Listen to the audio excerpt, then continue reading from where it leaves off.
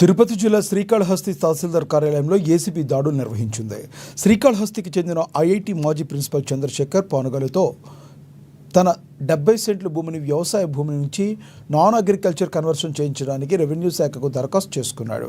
అతని దరఖాస్తు 2 సార్లు తిరస్కరించడంతో కార్యాలయ అధికారులను కలవగా సర్వే చేయాలని చెప్పారని, సర్వేయర్ పురుషోత్తం 30,000 రూపాయలు డిమాండ్ చేశారన్నారు. చివరికి 25,000 రూపాయలు లంచం ఇచ్చాలని డిమాండ్ చేయడంతో ఆయన ఏసీపీ అధికారులను ఆశ్రయించినట్లుగా బాధితుడు చంద్రశేఖర్ తెలిపాడు.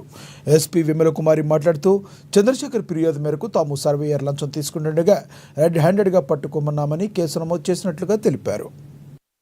చంద్రశేఖర్ అనే వ్యక్తి ఆయనకి ఉన్న 75 సెంట్ల స్థలాన్ని, అంటే అది అగ్రికల్చర్ ల్యాండ్, దాన్ని కన్వర్షన్ కోసం అని చెప్పి అప్లికేషన్ పెట్టుకున్నారండి మన ఎంఆర్ఓ కాళహస్తి ఆఫీసులోని.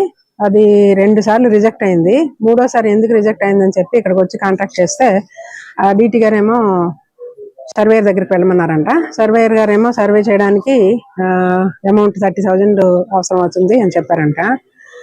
ఆయనేమో రిక్వెస్ట్ చేసుకొని మాట్లాడితే 25 ఇస్తేనే పని అవుతుంది, లేకపోతే అవ్వదని చెప్పారు.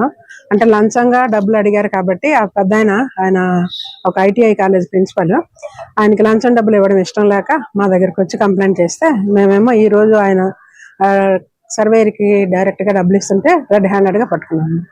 ఫర్దర్ కోర్స్ ఆఫ్ యాక్షన్ కోర్టులో పెడతాము. అదే అగ్రికల్చర్ ల్యాండ్ కింద మేము ఇప్పుడు 2000లో పర్చేజ్ చేసాము.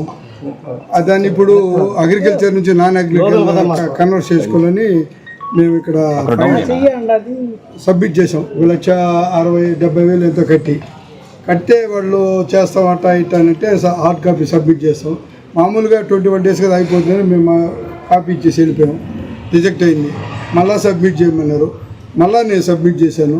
మళ్ళీ వచ్చి కలిశాను. అయిపోతుంది పోండి అన్నారు. మళ్ళా కాలేదు. మళ్ళీ నేను మొక్కున్నాను. 2వసారి చేసేటప్పుడు సాయిబాబా నాకు సహాయం చేయండి, నేను సిద్ధికి పోయి మొక్కులు వచ్చాను. ఆ విషయం కూడా మీరు చెప్పాను. సాయిబాబా చేస్తానని కొంచెం వ్యంగ్యంగా మాట్లాడినారు. సరే మళ్ళీ 3వసారి సబ్మిట్ చేశాను.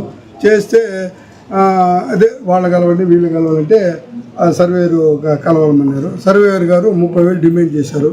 30,000